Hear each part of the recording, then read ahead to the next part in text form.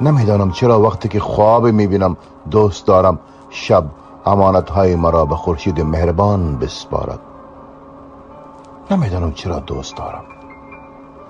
نمیدانم چرا دوست دارم وقتی دستانم برای دعا بلند می شود یک نفر در دستان به دعا فرا شده من شاخه گل بگذارد.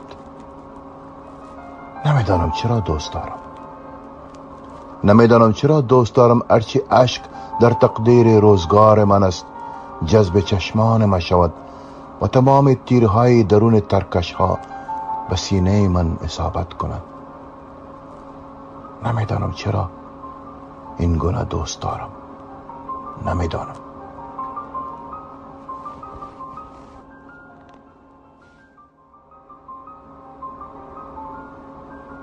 पता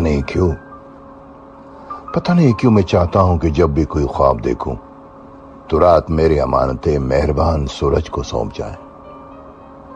पता